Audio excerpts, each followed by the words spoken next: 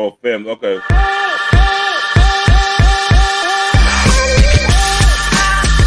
Yeah. Man, I gained 10 pounds eating the red and the green M&Ms, bro. I gained 10 pounds so quick without I'll chop it up today. How you brothers been for the week, man? Oh, we've been good. We've been good. Good.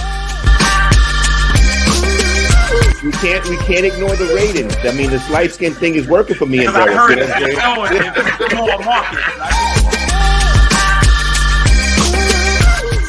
Where do we start?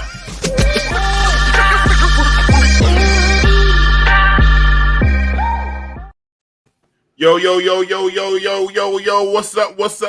Welcome back to Let's Chop It Up. Please follow us on Facebook, YouTube, and Twitter. Like and subscribe, tell a friend, ring the bell, ring us in, and catch us every week at 9 p.m. on Wednesdays. My brothers, it's been 7 days. How you been, man? Talk to me. What's up, Derik? Hey, what's going on, D? I hope everybody's been, real cool and everything. Beautiful since we last got together like this. It's just been cooling, man. Getting into my husband and fatherly duties.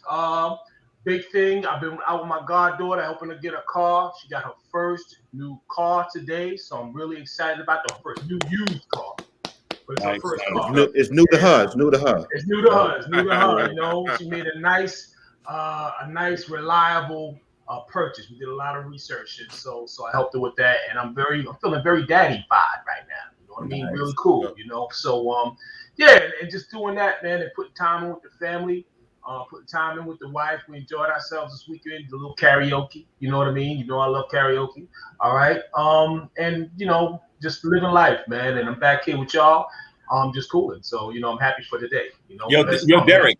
Yeah. Quickly, what was your first car? Year, make, and model. It was a Ford Mustang. It was a tan Ford Mustang. This thing might have been like 78 or something like that, man, or 75 or something like this. Mind you, I was like, 18 at the time or something like that. So that was my first one, man. It was a 4-cylinder Mustang. Yo, the slowest Mustang you ever heard. Yo, check it. I had a 1980 Oldsmobile Omega where you had to put the thumbtacks so the joints didn't fall down. Yeah, man. That's with 4-cylinder. You have to push it halfway and pull it the rest. Exactly. Sip gas. You know what I mean? Yeah, there you go. So nothing like a first car, man. Man. Car, just in time in college years. So that's what it is, man. So what's up with y'all, man? What's up, Rod? What you had, D? What you say you had, D? Nah, I had a Dodge Omni 024 with a ruffled window in the back. And my car, you remember that, Jay? And then my car, I remember we could start it without putting the key in. The ignition was so weak. Just turned the bitch and shit came on. Rod, what you had? I know Rod had something fly probably. Nah, my very first car was a 1977 Ford Thunderbird. My grandmother gave it to me. I probably had it like a long joint, right? Yeah, it was a boat, man. That thing was a boat, and I had it for like about a week, and it caught on fire. No, let me tell you something. I was driving down the block, and I passed by my friends, like thinking I was fly, and they was screaming and yelling. I'm thinking everybody's waving, but they were telling me the car was on fire. And all of a sudden, I started seeing all this smoke. I pulled over, and sure enough, the car was on fire. Oh, man. And that was the last day that I had it of the week that I had it. But Rodney's car is fire. Yeah, my car was literally fire. My first real car was a 1990 Jetta. That was my first real car. That was a hot shit. Yeah. And I had the rims on it too. I had the Fittipaldi rims. I don't know if y'all remember that.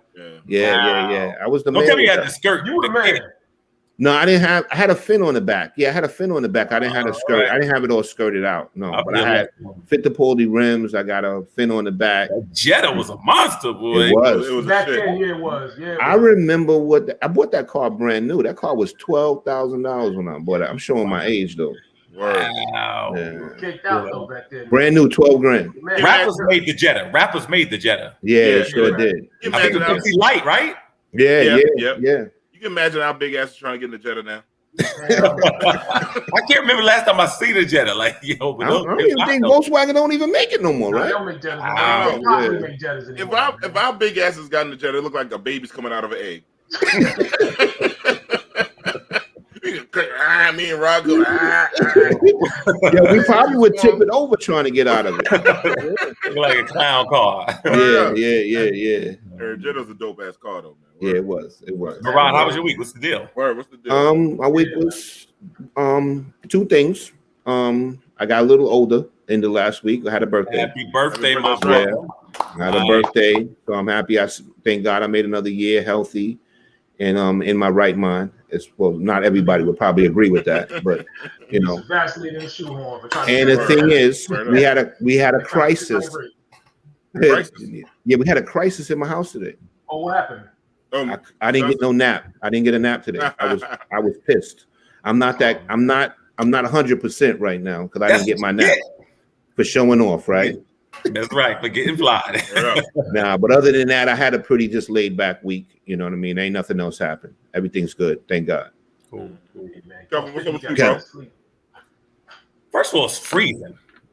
It's break out here. Thank you. What up, Cold Jam? What up, Shauna? November came in foul. You know what I mean? November came in foul. But I got to tell you something. Thank you, Sean. I don't want everybody to think that I'm always, the one with the attitude. But I'm going to tell you, this is going to sound really, really petty. But this is the foolishness. I gotta start with it. When I go, first of all, Dollar Tree is the most low budget store in America. Okay. Well, it's called Dollar Tree. Yeah. Okay, right. Okay, I'm very confused. That's true. You walk in the store. I don't know if is a grand opening or closing because it's never anything on the shelves, right? But this is my issue, and I want to say this across the board. I don't care if this sounds cheap or not. I have an issue with not getting my penny change. That is, I don't know if I've ever mentioned that before, but I have an issue.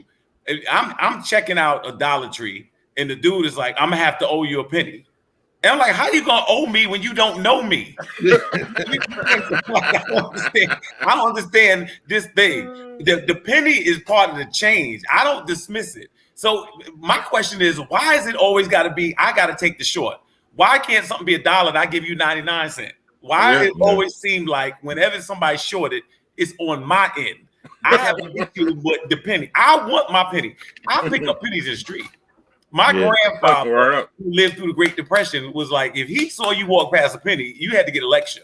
You bitch, you don't need no penny. So you get enough of them, it's gonna be $1. So that's the foolishness. I want to say to every store owner and vendor out there, I want my penny. I don't want to have a conversation about the penny. I don't want to have, we don't got no change. I don't want to hear none of that. I want my penny. Now, am I foul or what? No, I feel you. I feel you, Kelvin. You got a change jar at home, don't you? You know what I mean? I do. Yeah, that's what but Derek, this will get me. The fact, not just that you're going to try to keep it, the fact like it ain't no conversation. Most of the time, it's like they close the register. Kelvin, I've been in a situation before where I'm supposed to get like a penny change back, and they ask me, do I want the penny? And I always say to them, it's mine. Give it to me. Right. It's mine. Give me you. Do I want it? Yeah, I want to give it to me. Right. Because I want to take it. Have a survey about that. Yeah, because I want to take it and put it in the ashtray in my car. That's what I want to do. Right. It's yours. It's mine. You want to throw it in the ocean. It's still yours to do it. It's still technically it's mine. Remind me of a dude I was in college with, owed me $5. I'm like, yo, Will, you got my $5? If you need it. I'm like, what? I'm like, if I need it. We almost had a fight behind that. We almost if I need it. You know what I'm saying? Yeah, you need $5 in college. We're gonna address borrowing money later on, but I understand that now. I'm telling you, D, what's up with you? What's the deal with you? Man, I'm all right, man. I had a good I'm kind of under the weather, man. Got a little cold. Shauna, and Lisa, we work with kids and stuff like that, and these damn kids don't came to the damn program with a cold, and I got a cold. I'm sucking on these damn cough drops in my throat sore. I can't stand it. If your kid nose is running, keep his ass home. Or her ass home. If she's coughing, keep her ass home. I know you don't like them, but don't bring them to me. don't do that shit, man. Just keep the ass home, man. Like, sneeze, the kids supposed to wear masks. The kids ain't gonna keep no mask on all the time. You're gonna sneeze on something or whatever. I'm messed up right now. I'm a little off there. Been up since 4 o'clock. Damn, not feeling well, man. That means you have a great show tonight. I mean, I'm gonna do it. I'm gonna do it, man. I'm gonna do it like You're a Jordan trooper, brother. You're a trooper. did. But everything's all good, man. It's all good, man.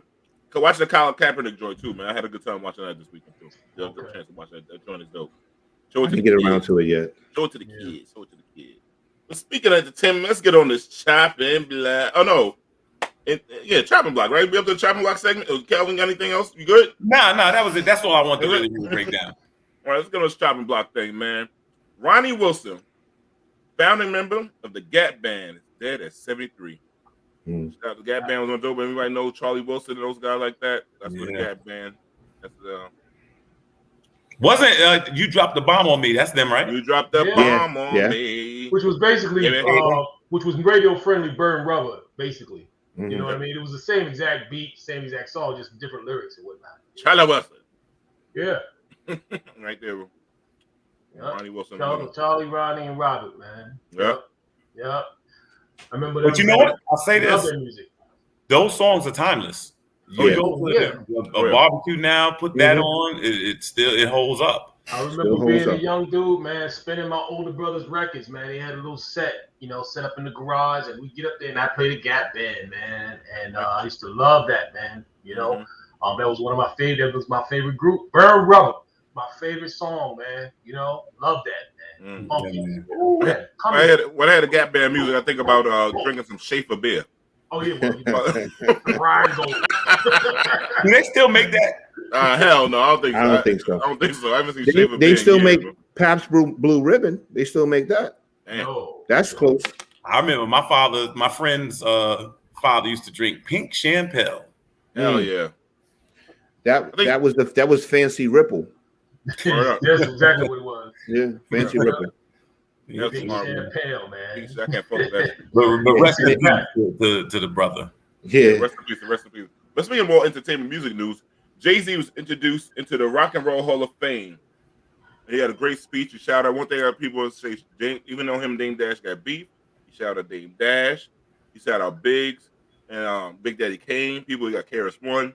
People that helped him build who he was. Yeah. Rakim, Chuck D, Rakim, all of them. Yeah, all of them, man. He gave him a shout out. So thoughts, gentlemen? Yeah, I love his peer group. I didn't hear the speech, but I know that's his peer group. He listen, Jay-Z is an MC. You know what I mean? He's our peer, he's our age, he's from our time and our neck of woods. And he knows what it is. That was New York hip hop. That's what it was, and it's good to see him pay homage, man.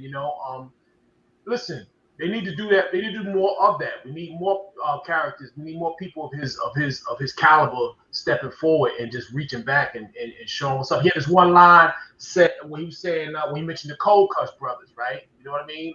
I think it was like, I'm doing this because y'all just what they did to the Cold Crush. For ripping them off. Yeah. Yeah, exactly. You know what I mean? So he knows, and we all know who those people are. We know. So there was a whole generation of rappers that came before him that never got their light because hip hop was still building. So it's just great to see him recognize the moment and reach out to his level, reach out to his peer group, and put everybody on stage with him. It's good for the culture, good for the art form. I thought it was an excellent speech. I like the fact that he and LL went in on the same night, and the fact that he acknowledged that LL was one of his heroes. You know what I mean? And so I think that was monumental. I was not surprised that he mentioned Dame Dash, and a lot of people were. I just wasn't. I just, for some reason, just thought he was going to mention it. You can't tell his story without him, and the fact that he, it would really look foul not to mention him, because I think Dame Dash had a real large part of Jay-Z's success early on. Yes. And I like the fact, I don't know if you've heard the follow-up, but they've asked Dame Dash, and he said he's ready to squash the beef behind that. He really thought it was a beautiful moment. Yeah. And I thought that was good. You know what I mean? And realistically, they could probably just sit down and hash this out in 5 minutes. You know what I mean? And that's just what it is. I think sometimes people just feel almost like the Scottie Pippen, Michael Jordan stuff that's gotten so foul right now. Sometimes you're just better understanding the part you played in each other's lives. But ego sometimes takes over. But I thought it was a great speech, and I thought the way he was presented was excellent. I mean, he had Obama on the screen, obviously Beyonce, and so many people paid homage to him, and he deserved it. To come from where he comes from, and to make it the way he made it to is a monumental accomplishment. So congratulations to him. And I know a lot of people feel that it's an issue between he and I over the Beyonce thing, whatever like that. That's all settled. That's all settled. Tell her, be with him. You know what I'm saying? I got to do the show. So, everything is good though. That's true. I agree with Sean on that one. Yeah, you think Dame's been more petty, huh? Yeah. He's. I mean, I've been with around Dame Dash. He could be an asshole sometimes. Okay. I agree with Sean on that one. Yeah. Well, I mean, that's what's up. I think what it is, Rodney. I think what it is a lot of it is age. You've had a little bit of time to distance yourself from the youth, and you can see a bigger part of the picture. See the picture, the bigger picture now. Due to age. Mm-hmm. So, yeah. What you saying, Rodney? No, I'm just glad he got him, inducted to the Hall of Fame. I thought it was a great speech. I was surprised that he mentioned Dame Dash. I thought it was a class act move though, because like Kelvin said, he wouldn't be there without them. What they built will probably never be done again in rap. Do I think that they will mend things? I don't know. I kind of see maybe they have grown apart at this stage. And maybe they'd probably be cool again. Yeah. But the thing is to go back to where they were. You know what I'm saying? I don't think that's ever going to happen. No, I think, I think that they basically moved on. But there's one thing I can always say about Jay-Z, that Blueprint album was a monster. That was a monster. He should have got in just for that. You know what I'm saying? Yep. But I thought it was a class act move on his part to give Dame and Biggs a shout out. Reasonable doubt he could have got in on. Yeah, that's true too. That's true. But my favorite was the Blueprint. Yeah, Blueprint. Yeah, me too. Yeah. So I agree with you on that one. But I thought it was a class move because he could have been petty and not went up there, accepted it, and not said a word about them. He could have did that, but he chose not to. So I thought that was grown man of him to do that. Right, definitely. And like his guy said, the shout out to all the old school guys because they were inspiring in his career. I'm sure they probably gave him a lot of advice when he was coming up and stuff like that, and all that contributed to his success. Right. Definitely. Yeah. But that's it. That's all I got to say on that. Cool.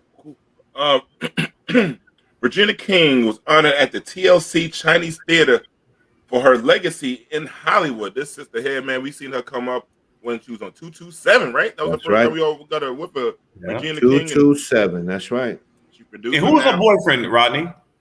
I can't remember his Kelvin. There you go, Kelvin. No, it was Calvin. How you gonna say Kelvin? Kelvin? I can't believe so. He Calvin and he get my name, and I'm Kelvin. I get. I forgot all about that shit. Yeah, funny looking Kelvin. That's what to me he was funny looking. But it's amazing how we saw her grow up into this amazing woman that she is today, and a powerhouse at that too. Yeah. You know what I'm saying? Like you big when you're doing Cadillac commercials and you're directing the commercial yourself. That's huge. That's huge. That's how I knew that. That's when I knew Kevin Hart was going to blow up when he was starting doing those Ford commercials. That's when I knew he was getting there. And what she did with the Boondocks is amazing too. I mean, the voices. Yeah, that's true. Yeah, that's true. And she's about to be in that harder they fall.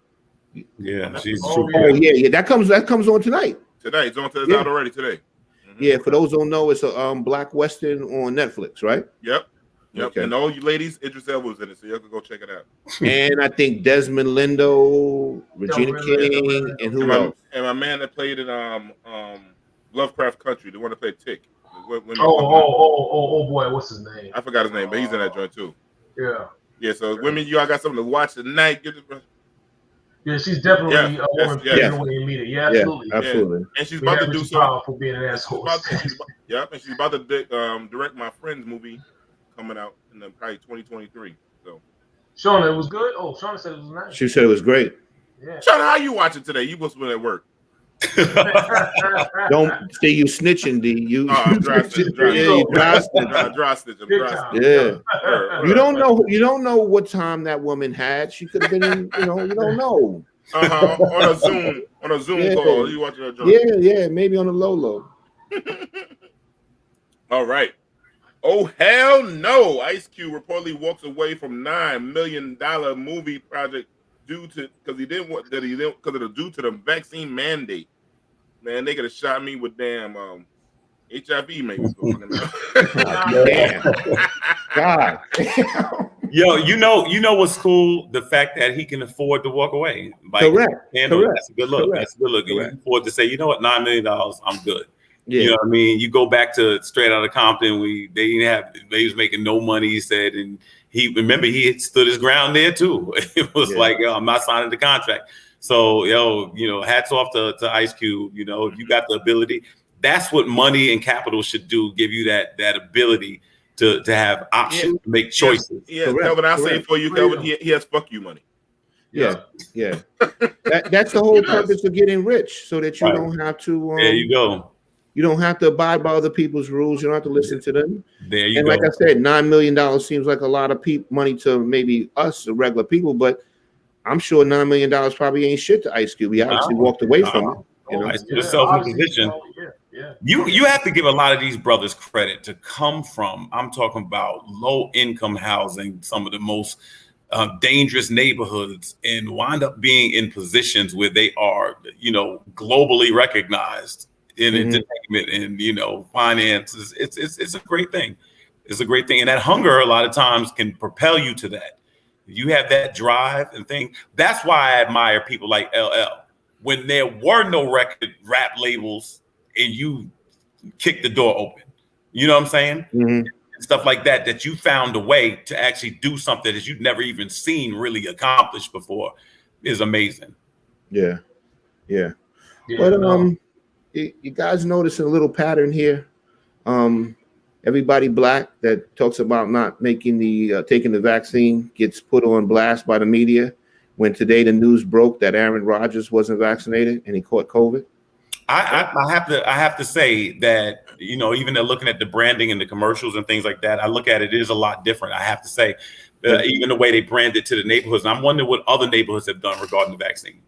I mean, all I hear is about the black community not taking it, but I don't hear about, Asian, Indian. I don't hear about anybody else, but there's this big push. And so I do agree with that, Rodney. Now, to me, it's falling in line with just about everything else in disparities when it comes to white-black issues. We always get painted in a light that's always less than. But yeah, the thing with Aaron Rodgers, I had not heard it. And I think you mentioned before Lamar Jackson, it was heavily reported about him. And we didn't even know about Aaron Rodgers. And Aaron Rodgers pretty much has been able to do whatever he's wanted to do in his league. Correct. Organization. Correct. I can say that. That is true.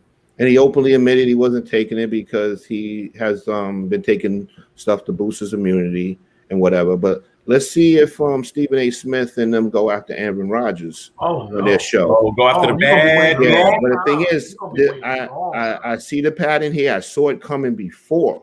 Mm-hmm. When you're black and you stand up for something, they're going to come for you. You didn't even know Aaron Rodgers, the star quarterback, was not even vaccinated and he's playing in the league. You know what I'm saying? And this hasn't slipped out. But we're going to destroy Kyrie Irving's career. You know what I mean? They made a big deal of Lamar Jackson, Cam Newton, the girl from the Black Panther. I mean, there's a lot of difference. It seems like the media is painting as though black people are the only people that don't want to take the vaccine. You would never think that. And I believe there's a lot more people that haven't taken it, just not voicing it. They're probably quiet. Yeah. Probably. Yeah. I think the curtain is going to come back on that. I think just give it time. Things come out. Just give it some time. That's really is a lot of conservative white folks, obviously, that are not for the vaccine. Unfortunately, it's like it's a two-pronged attack. It's like if you're black and you are, you don't want the vaccine, and they try to paint you with, conservative in a conservative light. Like, I have a feeling like it's, listen, you like the white people that don't want to take it. You're radical. You're radical. Yeah, you're radical. You know what I mean? It's like, nah, man. Something about it. Well, you know what? What I don't want people to do is look at our community like we don't understand what's going on. Like, I'm vaccinated, but I look at these commercials that come on, and there's one commercial, and ladies like, my friend, she helped with the vaccine, and she's black, and I went to get a doctor to give me the shot, and he's black, and they're black. I mean, like, don't just exploit the people like that. It's just, you know what I mean? With people have their hesitancy or whatever, and that's just it, regardless of their race and stuff like that. I always said this. Listen, I don't mind whatever rules are, just as long as they cross the board. and coverage is never going to be across the board. That's why I tell them it's so important to listen to Let's Chop It Up, because that's what we're going to do. We're going to bring it to you unbiased, live and direct. There you go. Yeah. There you go. You know, R. Kelly has Bill Cosby's lawyer to appeal sex trafficking conviction. All right. Best lawyer. I'm not. Best lawyer money can buy. I mean, R. Kelly really got enough money still? I mean, I don't know. That's what I'm trying to figure out. Where the money coming from? He still got money? Man. Okay, all right. So this is the thing I don't understand. Now I don't understand completely, some of the legal nuances of this. What I do know is R. Kelly married an underage woman and he knew it. So R. Kelly's a pedophile. So we get that. I think they're talking about the racketeering and all that stuff like that he's supposed to be challenging. Mm-hmm. To me, if you're a pedophile, you belong in jail. That's enough right there. Like, if you didn't belong in jail for this, you definitely belonged in jail for that. You need to go to jail for Aaliyah. You need to go to jail retroactively. You need to go. I'm just saying, like, I don't understand. And again, like I said, there's some legal things that's going on there. But the reality of it is the man is sick. And you could take all this energy and effort to hire new attorneys. Why could you take some of that energy and effort to get some counseling because you're a pedophile? That's what I never got. That's what I just don't understand. But he didn't see he had a problem, probably. He didn't know. You never saw he had a problem. Yeah, no accountability. Please, I don't want to hear nobody in our community acting like the man is Mandela or somebody. Please, all right. Yeah. I don't want to hear no save R. Kelly rallies, please. Well, you know why he married Aaliyah. He married Aaliyah because if she was his wife, she couldn't testify against him because he was having sex with her underage. I heard that. Yeah, that's the reason he married Aaliyah. But the thing is, like, you can hire Bill Cosby's lawyer all you want and try to go after the racketeering case. The circumstances of Bill Cosby's case and his case are totally night and day, in my opinion. I mean, Bill Cosby got off because they used something against him that they weren't supposed to. But the over 50 witnesses that testified against R. Kelly, those are real. Those people were victims. Right. Like I say, I am surprised that he can afford Bill Cosby's lawyer, but we don't know how much money R. Kelly has. But R. Kelly should never see the streets again, in my opinion. That's just my opinion. But Bill Cosby had how many witnesses came forward for Bill Cosby though? You know what I mean? So it's like, I don't think it was 50. No, I mean, but listen, when you get past a certain number, it just starts to get redundant. Yeah. I mean? So it's like, would it be 50 or 500? It's like at that point, it's just, it's just sort of redundant. R. Kelly had men coming against him too. Correct. Women. Correct. Yeah, men. They was breaking God code, so that was a little extra. No, he was having young boys have sex with people and all that kind of stuff. No, are you serious? I didn't know that part. No, that's not breaking God code. I'm thinking like he was wilding out. He was filming them and shit and all that kind of wild shit. Nah, man. This dude is a monster. This dude is a monster, period. And they were coming forth saying that they had done it. What? Damn. Yeah, he done it. Yeah, they was going like it was just too much for me, stuff. Man. R. Kelly was wild out, man. Yeah, he's got to burn that shit, man. Cosby had over 60. Cosby had 60 accusers, according to our producer. There you go, 60 or 600. You know what I mean? He's right there in that same street. So that's why R. Kelly hired the lawyer. He got a little experience in it. I wasn't that impressed with Bill Cosby's attorney. I like the first attorney he had, the female one. She was a beast. This guy, the first time. I think that's the one he hired. Yeah, he had the white woman. Right? He had the white woman. No. I'm talking about a black female attorney he had that was on CNN one time. Is that the one that got him out the first time? You know what I'm talking about? She blew me away. But the black dude with the glasses that walked out of jail with him this time, that guy didn't seem that impressive to me. But again, I'm not in the courtroom. Is the lawyer's name Jennifer Bonjean or something like that? Or Bonjean? Who? Because that's who he's hiring. Okay, no, I don't know that one. I don't know the first lady, that lady's name, but she was phenomenal. Okay. I thought he's hiring the guy that just got him off of this. No, this is a female that he's hiring. Yeah, the female. Well, I'll tell you something. You must be a great lawyer. You're going to go against that New York Southern District who has like a 98, 99% conviction rate and unlimited resources. So, good luck with that. But I believe R. Kelly if you are having any type of inappropriate relationship with children, you need to go to jail. And that's where I stand on that. You could be a great musician and need to go to jail. That's it. That should go without saying, honestly. But Right. you know, our parents not with Step in the Name of Love still out there. Nope. Do you still play at the barbecue? Now people still getting married, brother. Oh no. Yeah. Have you been officiating any R. Kelly? Have you heard it at any receptions? Since then? Yeah. No, I will be going to a wedding, officiating a wedding next week, and I'll let you know. Okay. Yo, Kelvin, I can ask you a question. Sure. When you officiate weddings, you stay for the reception and eat all their food and hang out? So funny that you say that. It's so funny that you say that. So what happens is most of the time, out of just a common courtesy, I'm invited to the reception. Mm-hmm. I often don't stay because oftentimes people, they see you dance and you officiated it. It's this big issue, whatever. So I usually don't stay. I usually stay, do the grace for the food, and then leave. But I do appreciate if somebody recognizes that I could stay. So one time I go, all right, and this is just the natives. I don't even care. I hope they watch it. So I was really probably in my early 20s, and I get there, right? And I get to the reception hall, and I'm looking at a seating chart. So I'm like, excuse me, where's my seat? Oh, we didn't think you was going to stay. So I ain't got a seat. Then the people gave me an envelope. When I started, I didn't know how you charge somebody for that. I got an envelope with $30 in it.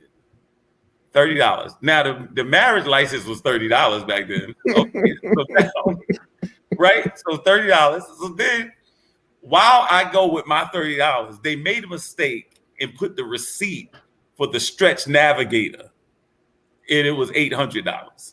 They paid $800 for the Stretch Navigator, and I got $30 to make sure that they was actually married.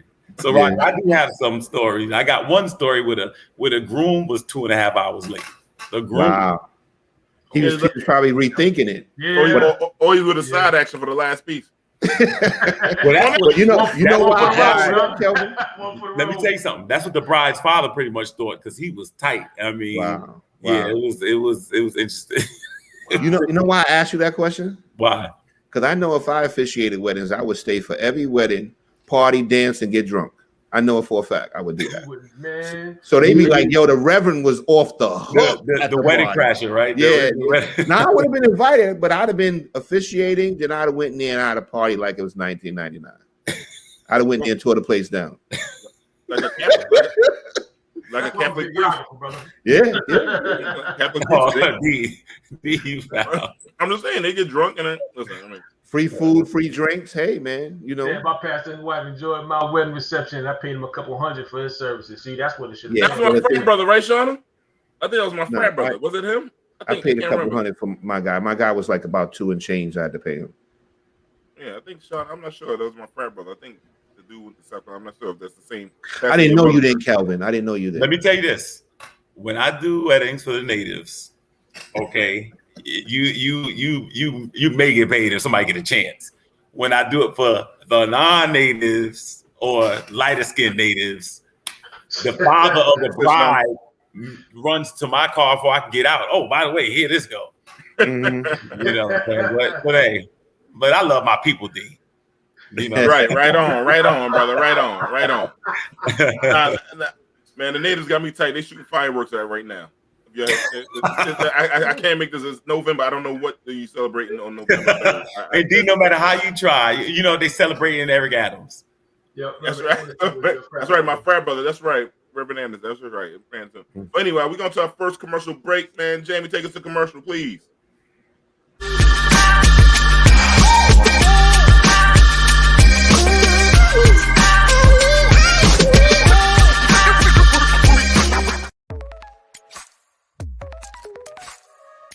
Hi, I'm Dawn Kelly, and I'm the founder and CEO of The Nourish Spot, a healthy food and beverage haven in Southeast Jamaica, Queens. Chosen in 2019 as Micro Business of the Year by the U.S. Small Business Administration. My adult children, Jade and Owen Duncan, and I established the Nourish Spot to provide affordable access to healthy produce, to help our neighbors combat chronic diseases, to provide jobs for a diverse community youth. And it's no secret that small businesses play a critical role in the local economy. It's also proven that community is vital to the growth of small businesses. So come, let us nourish you at the Nourish Spot. We're open Monday through Friday, 9:30 to 6, and Saturdays, 10 to 6 p.m.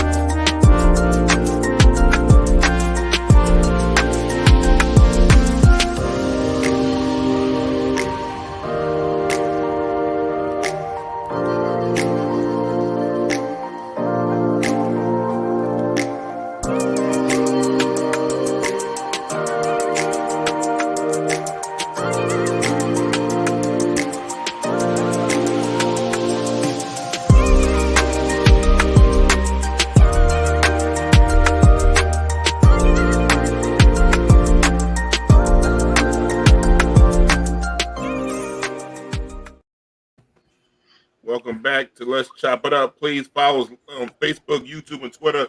Like, subscribe, tell a friend to tell a friend. So, man, we got the the holiday. When do you bring people over to meet your family and stuff like that, man? When do y'all start doing that, man, for the holidays? Do you bring people over? I don't bring nobody to bring me. My folks not married like hell. I don't got no new friends like that. You know what I mean? So, but when I was when I was unattached, I had to, that had to be very serious, man. I know Thanksgiving is the big time for people. If you see somebody's parents over Thanksgiving, that's huge, man. That's huge. So I think there was only maybe one or two that I ever met, who met the folks, around Thanksgiving. That's bigger than Valentine's Day, man. For real. Yeah, I mean that's something. I just experienced it with my nephew, who came home from the Air Force for the first time in about a year and a half, 2 years, and he brought his girlfriend with him. And you kind of anxious or excited to see who he selected. And I mean, we couldn't have been happier. I mean, the girl is such a sweetheart. She's also in the Air Force, and I mean, so respectful. You know what I mean? Yeah. So respectful. They went and met her parents first in Chicago. Then they came here to New York. And I mean, she's a delight. She is certainly a delight. So it was big. And although it wasn't the holidays, I just think bringing someone home to meet the people, you're trying to merge two worlds. And there's the people that raised you, they love you.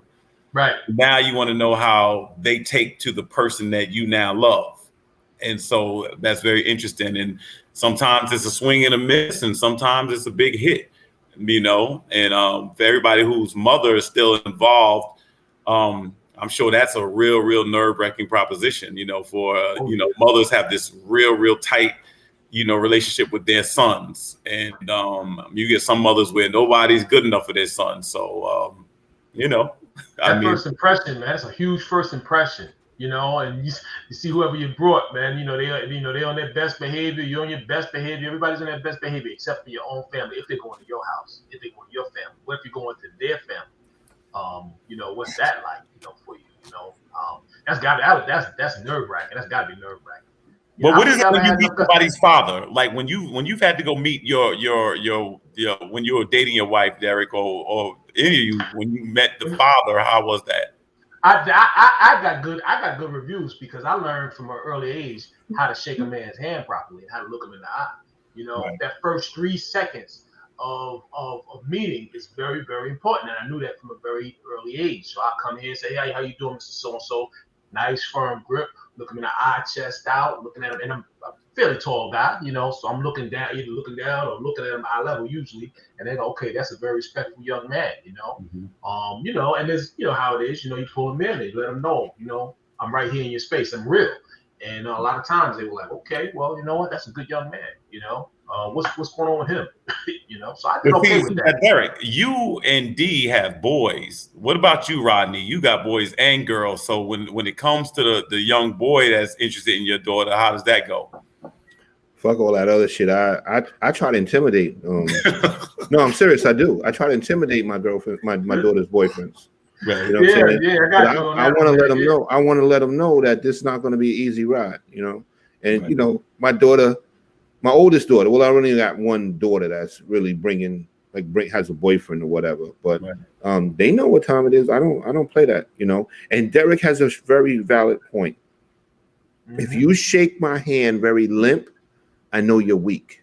Mm-hmm. Right. You give me a firm handshake like a man. You let me know you're a man too, you know. Right. But I make it hard for them, you know. And I think you should. I think that's part of it. I think that's tradition. Yeah. They need to know there's somebody that has this girl's best interest at heart. Correct. And like this the thing girl has is, a father. you love her. You don't love them. Correct. You love her. You know what I'm saying? Correct. No, I don't make it easy. I mean, I'm not in there threatening them and grabbing them by the collar. But how about meeting someone's father and 3 brothers? Listen. Yeah. Listen, it's the same concept. She does have 3 brothers. I've been there. I've been there too. It's the same exact concept. You gotta let them know. You do that 4 times. You know what I mean? And mean it 4 times. You know what I mean? Right in there among them. You don't shy away. If they sitting in the living room like waiting on you to see what you're gonna intimidate them, you sit right in the middle. You know what I mean? And man up. You know, because they're there for reasons. Let them know you're there for a reason too. One of the young boy has gout. You know, you can't give a good handshake. Well, I'm gonna straighten it out when I grab his hand. I'm gonna straighten it right out. But I'm gonna tell you a story. When I first met my daughter's boyfriend, he asked me, you know, should I call you Rodney or should I call? I said, motherfucker, you better call me Mr. Mitchell. Exactly. I mean, you want to call me fucking Rodney? You know what I mean? Are you kidding me? Me and you ain't friends. No, you call me Mr. Mitchell. Yep. Until I see, you know, you're gonna be around for a little while. Yep. Then we talk about Rodney. Get the fuck out of here. You gonna call me Rodney?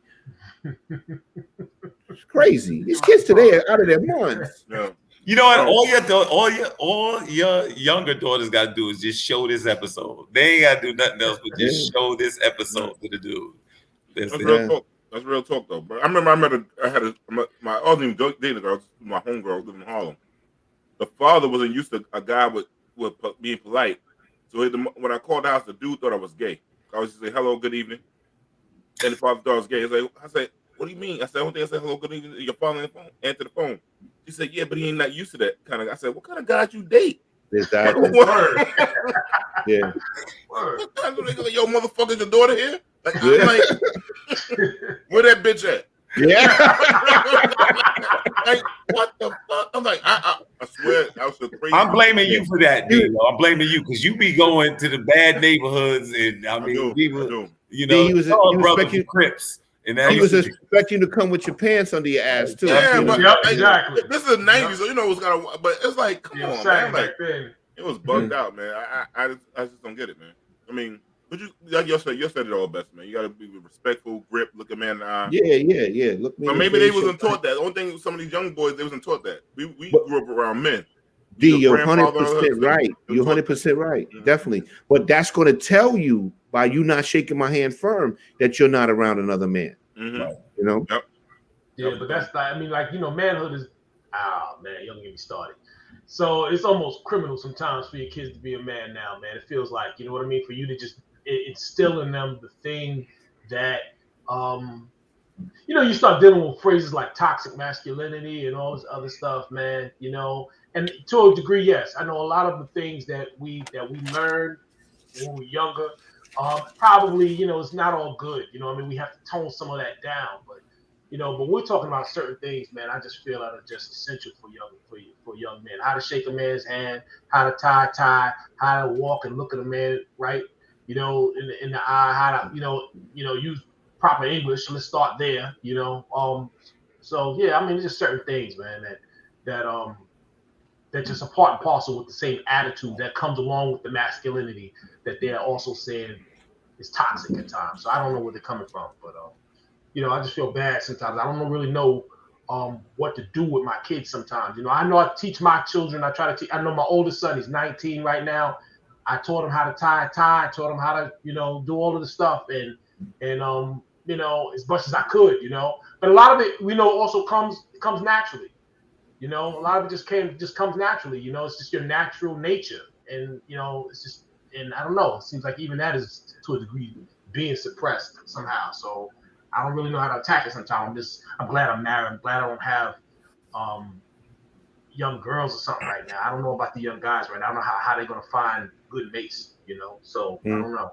Yeah. All right. What's your worst story? What's your worst story about Thanksgiving or meeting somebody, family around Christmas? I'll be honest with you, when I was younger, long time ago, I didn't want to go to any of my girlfriend's house because I couldn't be at two places at one time because obviously I had more than one girlfriend. But a long time ago. Long time ago. It's not now. It's when I was young. But I used to tell all my girlfriends that, hey man, I do Thanksgiving and Christmas at my house. Because I didn't even want to put myself under that type of pressure. Yeah, that's me keeping it 100% though. Yeah. What about you, D?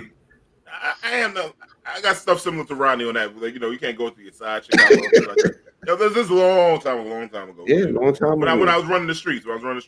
But no, only thing I have a funny Thanksgiving story is my father. Yeah, people start drinking, they start bringing shit alive. Your families have different kind of conversation. You got the grown folks table, you got the kids table, and all kind of shit like that.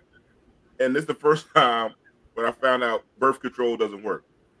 So my father, they talking about having kids and all this other stuff, people having kids. And my father gets up in the middle of the fucking, it seemed like the whole shit just got quiet. The TV, the game went down low. And the motherfucker said, birth control don't work. How the fuck you think D is here? And everybody looks at me. I'm like, I'm the mistake baby. I said, everybody gonna be yelling, test tube baby. That's hilarious. True fucking story, man. Thanks, and they probably, when they got mad at you, they probably said, that's why daddy didn't want you. That just means you was the destined, D. Yeah, destined. My sister teased me before. She used to say you adopted. I used to really think that shit. Like, so you had the family members get drunk and start telling stuff. No, my shit should be funny, man. We crack jokes at anybody. I don't get it. Everybody can get it. It don't matter. Ain't nothing off limits, man. Yeah. How about you, Kelvin? Any crazy shit? You know what? I think I remember picking up a young lady once, and we were actually going back to college together, and I met her family for the first time. And I've had, this is so interesting. I've had two experiences. One where it's like, no matter what happened, this is a scary thing. And I don't know if you've ever seen this, where you've had some fathers that had like an unhealthy thing regarding their daughters. You ever seen that, where it's like almost the person it's almost like a power struggle or a jealousy with the daughter. You know what I mean? Like they don't want not like you're a bad guy. They just don't want the daughter to be with nobody. Where they almost lord over their children. I've had that before. Then I've been in a situation where I was actually being nice to somebody, and the mother tried to put me through the ringer, and I wasn't even interested in the daughter. Like, you know what I'm saying? I mean, the brother pushed up on me like, yeah, anybody would date my sister. I'm like, my man, have you seen your sister? Like, your sister looks like a chia pet. It is no disrespect. She's a regular at the corner social. Yeah.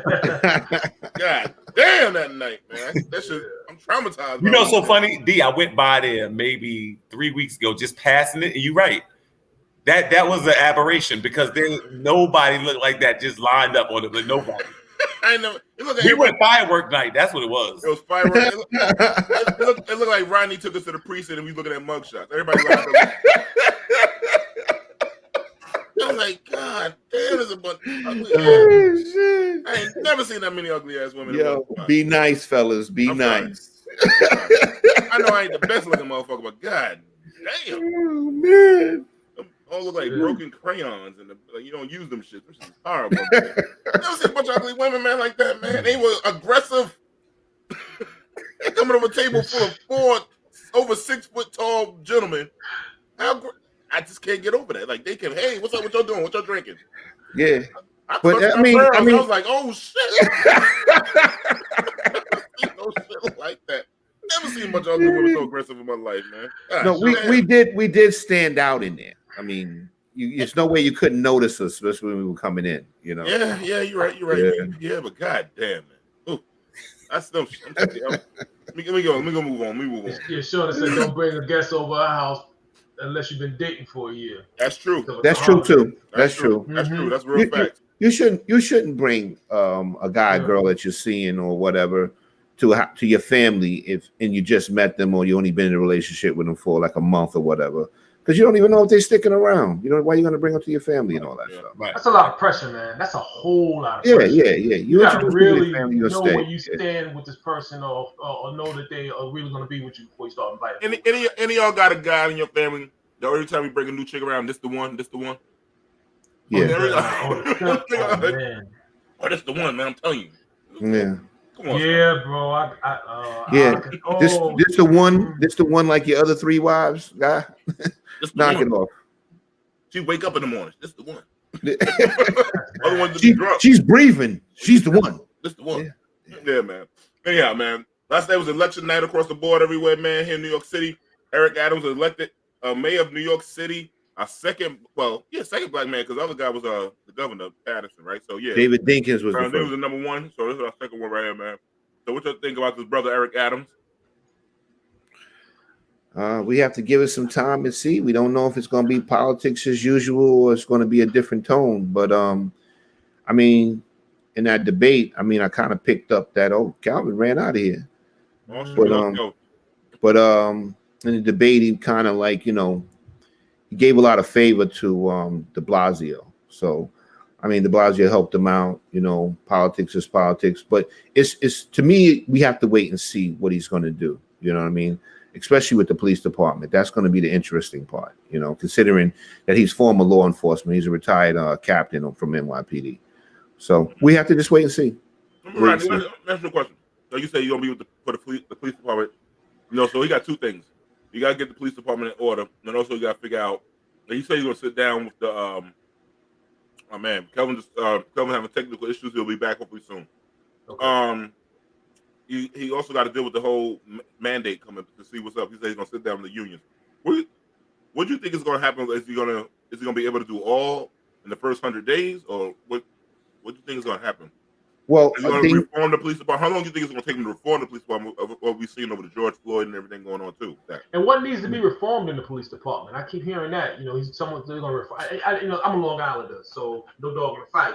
But what needs to be reformed in the police department? Because I keep hearing about that too. Well, the thing is, me personally, as far as the police department is concerned, I think kind of De Blasio is kind of leaving him a lot of problems.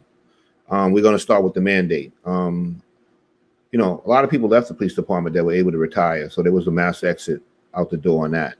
Then there's people that actually resigned, and then there's people that have filed for the religious exemption, and that's supposed to expire in 30 days, and then they'll make a determination on whether they're going to keep their religious exemptions or they're going to waive them, and then they have to get the shot or leave. The thing is, Eric doesn't take over until January. So right. By then, those 30 days will be up. So it's going to be interesting to see, but he's going to inherit a lot of problems. But as far as reforming the police, that's a difficult task because sometimes it's hard to change people's minds and views about the way they see things, even though they're not right, But I will tell you this.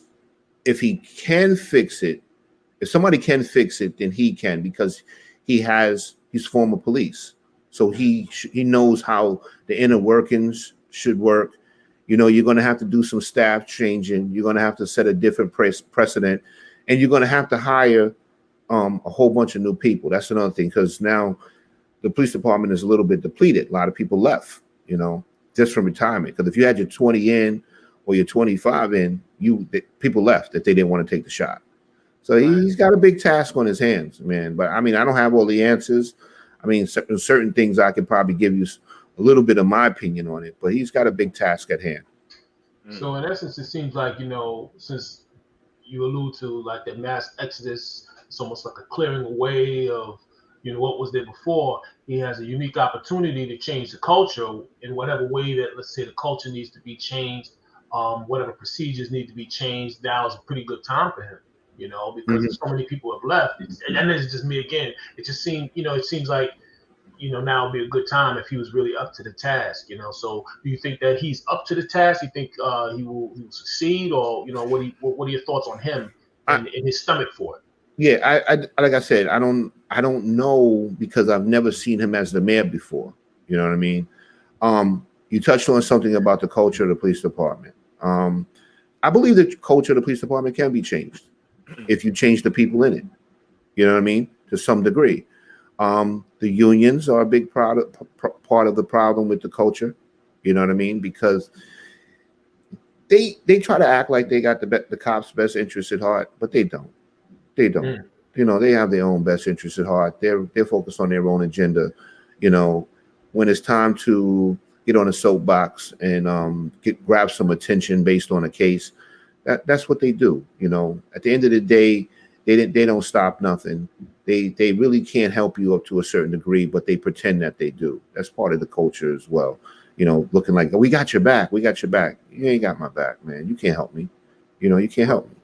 It seems that they do, you know, just on the outside looking in as a person. It seems like everything can be blamed to catch a lot, you know, on the union. You know, cop goes and kills a 12-year-old boy, you know, and doesn't do any time, or, you know, it's always, the police union. You know, they really grabbed his you know, his defense. So on that note, you know, it seems like they do have a lot of pull and a lot of power, you know, when it comes to the average person. You think that what do you think Eric Adams will stand on that? You know, curbing some of that power. You know, do you think he has a stomach for that fight, or what?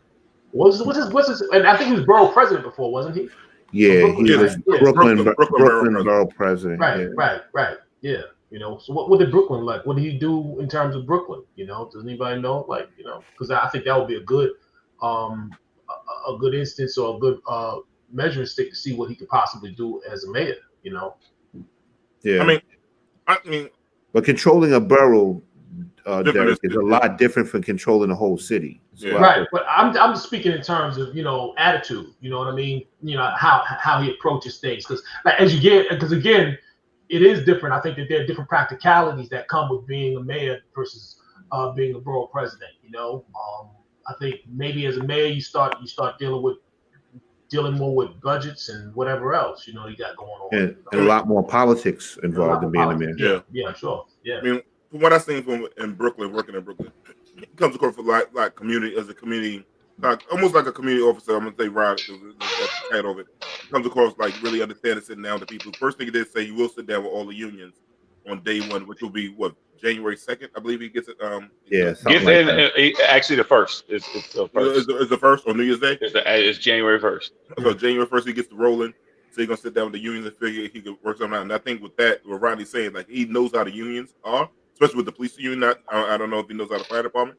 I think he has a little bit more leverage than any other mayor going into that, and I think he's smoke out BS in the beginning. So that's why I'm rooting for the brother. I hope he's gonna do well. Yeah. It's about those relationships, definitely. Yeah, definitely, man. And more politics. Letitia James is running for the governor of New York State. Thoughts on the sister who just got rid. It seemed like she almost set my man up. What's my man there, the man from DC? Like, bitch, set me up. Oh God, what is this? Marion Barry. Marion Barry. I'll say one thing. Her career is just, skyrocketing. I mean, she's moved pretty fast. Word. You know, I remember meeting her at Boys and Girls High School, and I was like, all right, this seems cool. And next thing I know, Damn, Attorney General, just like that, man. Like, Yeah. I'm still waiting to see. How's it going, Lisa? How's it going? That's That was a good one. Yo, I have no comeback. I have no comeback for that. I'm just, I'm humiliated. Word. Well, man. Word. South side, we outside. Word up. Okay.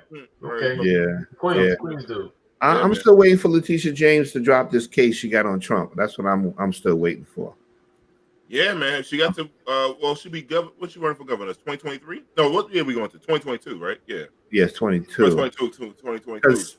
Because the thing is, the present female governor, she's got to complete the remaining term of Cuomo's term. Yeah. Right. And she did say she's running again.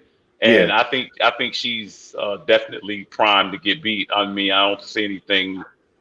I don't know about her. her. You got upstate. You got to remember Western New York and those places like that. I don't know. Yeah, but I mean, good point. But you know what? I was having a conversation with somebody today in regards to Letitia James.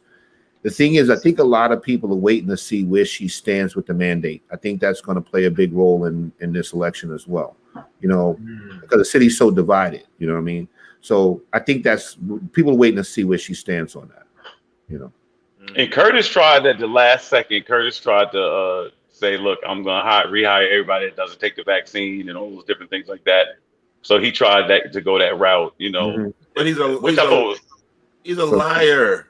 You remember he lied on the transit police and tried to say they jumped him and all that kind of shit like that. This guy. I told you he wasn't gonna get elected with no bandana on his head. I told you that. We're crazy. We ain't that crazy, man. It's a beret. Was it a beret? The little red beret he used to wear. Beret. Right. Didn't him and his girlfriend report a fake rape years ago? All type of shit with this dude, man. Yeah. I didn't know that. I don't want to say the person's name because the person's in the news industry now where they used to date a long time ago. Well, I could say they dated. Lisa Evers used to date. Oh, they were married. No, he was married to her. Oh, he's married. Yeah. Married to her. Yeah. Which I still don't. I can't right now. I don't see it. With her with Street Soldiers, I don't even see how they was together. Yeah. Well, people mature and they grow up. They were young when they were married, I guess. Yeah. Oh, somebody said that was Sharp. No, I think we're talking about two different things. You're talking about the Tawana Brawley thing he's talking about. I'm talking about I'm talking about when he was running the Guardians or whatever. I think they faked the rape. Allegedly, I'm not sure. Piece of shit, man. Yeah. I mean, come on. Which is something that Eric Adams constantly talked about. He was like making up fake stories. He said that Curtis would do that. Yeah, you're right, man. Since we understand. Only thing we know, she's standing against Trump. That's but that's all you need these days, man. That's what everybody's putting out, which is kind of suspect to me. I mean, listen, I'm far from a Trump guy, but damn, man, I feel like we got to come up with something better than I'm not Trump. That's the whole point, Well, Democrats can't say what they are for or what they're against. That's why they can't win any fucking election. They can't say they don't know they have nothing to stand on, and they don't support like the shit. I told y'all, Jammy, that this shit was gonna fall because they didn't listen to black folks and not giving no policies that affect black folks. I keep saying it over and over again. Oh, fake is okay. Fake is okay. Okay. That's what it was. That's right. Yeah, that's right. That's what we were. So we're just gonna slide past the fact that he did that, right? Well, he probably that was a long time ago, so probably a lot of people forgot about that. A lot of people wasn't even born when he did that. That's true too. So, I mean, the reality is the GOP doesn't even try to run anybody in New York City. I mean, that's just it. You already know Democrats outnumber Republicans 9-1 in this city. It's like they want to put a lot of money into it because you're not gonna win. And then to have Curtis Lewa running, I mean, he couldn't even. It took him 2 hours to vote for himself. Then he tries to go to the voting poll with a cat. They wouldn't let him in there. Just nonsensical stuff. He tried to get arrested on election day. Talking about arrest me and all that stuff. It's just, You got hit by a cab too, right? Got hit by a cab. Allegedly. How many times? He said allegedly. Come on, man. Come on. Came in with the sling on his arm. Yeah. And the fucking homeless dude, the cleanest homeless dude you ever seen in that commercial, crying, that black dude. I'm like, why is he so clean? Yeah. Who watched this homeless man? He probably owed somebody some money. They broke his arm. Allegedly. All right, man. Man, let's go. This who the Democrats better holler at. Stacey Abrams. Fair fight donation of $1.34 million to cancel medical debt. Anybody thoughts on Stacey Abrams? This is somebody better call Tyrone. They better call Stacey Abrams. Save the day, man. Yeah, man. She's putting her money right where her mouth is at. It seems, man. You know, she look like she's doing the work. You know, I don't know much about the sisters about this particular thing, but I dig the sentiment, man. You know, it made headlines like a mother. You know, people can definitely relate to medical debt right now. You know, many people that are in hospitals who've just come out maybe through COVID or whatever else we got going on, stress, whatever. You know, a lot of people. And I'd like to be interested. I'd be interested to see what kind of where we're at, like with regard to like medical, like, you know, debt right now, man. You know, I'm sure that's a big thing because a lot of people seem like they're really going to the hospital lately. You know, that's happening. So I'd really be so I think she probably struck a chord with that. You know? I'm impressed with her. I really am impressed with her, and what I like is the fact that she's built her career the right way as well. You know, I mean, first of all, she moves mountains. Everybody knows what Georgia, and even the way people felt that, you know, this administration should have given her more of a shot. She never actually turned on them. She supported the party. Never got caught up in ego or got angry about how some people thought she was overlooked for the VP position. You know, I think she's brilliant. And there was a lot made about, you know, her actual, the way she wears her hair and all those different things, even her weight, all those things. And no matter what, none of that ever became, she never used that as deflection mechanism. She always kept, you know, the matter at hand. And I thought that was so impressive with Stacey Abrams. And I like her. And Stacey could be the president one day. I mean, she's just, to me, that sharp. Hopefully 2024. Yeah. I mean, they need somebody. They need somebody like her. They do. They need somebody. Carried water. She definitely carried water. No question. Without question. Yeah. Well, I like Stacey Abrams too. I like how they basically kind of lit a fire in Stacey Abrams when she lost the governor's race. Basically, kind of like ripped her off as well. But I like her determination. I like that no matter what happens, she keeps fighting. She keeps moving. She believes in what she believes in, and nothing's going to stop her. I love that about her. Like I said, that sister has a very bright future. You know, hope she continues to get support from the Black community as well. Mm-hmm. Well, I got to talk to you about that. I think she would. She would. I don't agree with you. I don't think she's going to be the next president because I don't think America will allow that. That's not that I don't want to see it. I would love to see it, but I just think America's going to allow that. Let me tell you something. America like fat Black women. Oprah, they got that mammy. They got that mammy look. They like that shit. See, the thing is, like the Democrats. Yeah, but not for president, man. It was due. It was due. It was due. It was coming. It was due. Yeah, I think the Democrats are causing so much damage to themselves that, like, you know, it's going to be interesting to see what happens, especially after this beating they just took the other day. But it's going to be interesting to see how things turn out. Dr. Umar, President Dr. Umar. Yeah, but they won't run her against Harris. Yeah, you got a point there, Shauna. They're not going to run her against Harris. No, they're not. They won't do that. It's one or the other. It's going to be Harris. They already made a deal with Harris. Yeah, no, that's already in the cook. You know, that's already in the books, man. They cooked that up, man. Yeah, they're going to lose with Harris in 2024. They will. Yeah, well, yeah. I don't disagree with that. The thing is, you notice you don't hear too much from her. When they need her, they dust her off and pull her out and say, "Go out there and say something." You know? Yeah. No, they definitely trying to keep her more. You know, we need more than Juneteenth and a hip hop holiday. Yeah, absolutely, man. We need more than that, man. But that's what we got. You know, that's where we're at with it, man. Well, I tell you one thing: we watch our reparations leave every day. They giving that money away to the people with the border. And the letters. Yeah. So that's where the money going. I ain't gonna say it because we ain't gonna get banned on this show. Hell no. I'm not getting that smoke. We're not gonna get that smoke. Goddamn it. That's just hard to come out of. Goddamn it. Mhm. That's funny. Too, brother. We ain't got no Dave Chappelle money. We ain't got no Dave Chappelle money. Nah, man. We can't turn down 60 million, 50 million. We're up. All right. So poll show bitch ass Herschel Walker far ahead in Georgia Senate primary. This Uncle Tom coon ass. I'm not even getting Uncle Tom was a good man. This coon, I can't believe I didn't even see this till Jamie put this in there. I was like, hold on, Herschel Walker's leading. What the fuck? Georgia, what is going on? This is why I can't move back to the South, bros. I'm telling you now. I'm never moving past Delaware, bro. And Donald Trump was pushing this from the beginning. They didn't want the rest of the Republican Party. They didn't want Herschel Walker to run, but Donald Trump pushed this real hard. Well, that's enough right there. Yeah, that shows you right there. He's gonna be a good boy when he get in there. He's gonna be a good boy. Trump must got a little bit of dirt on him from when he used to play for the Generals for him. Maybe they got a little bit of dirt on him. Did Georgia? I can't remember. Did Georgia flip? No, Georgia didn't flip. Right? It went blue. Georgia went blue, bro. All right, so we're talking about the primary then. You know what I'm saying? We're just talking about the primary. So if everybody just holds the line, then maybe you can keep the wolf out the gate, man. So it's how they used to use how they used to do the VPs. They were never heard from them unless they needed for a photo op. Yeah. No, let's go to other people. Yeah, they pull her out, they dust her off, and they say, "Hey, go out and say this." Well, they're keeping Harris. Yeah, they're keeping Harris.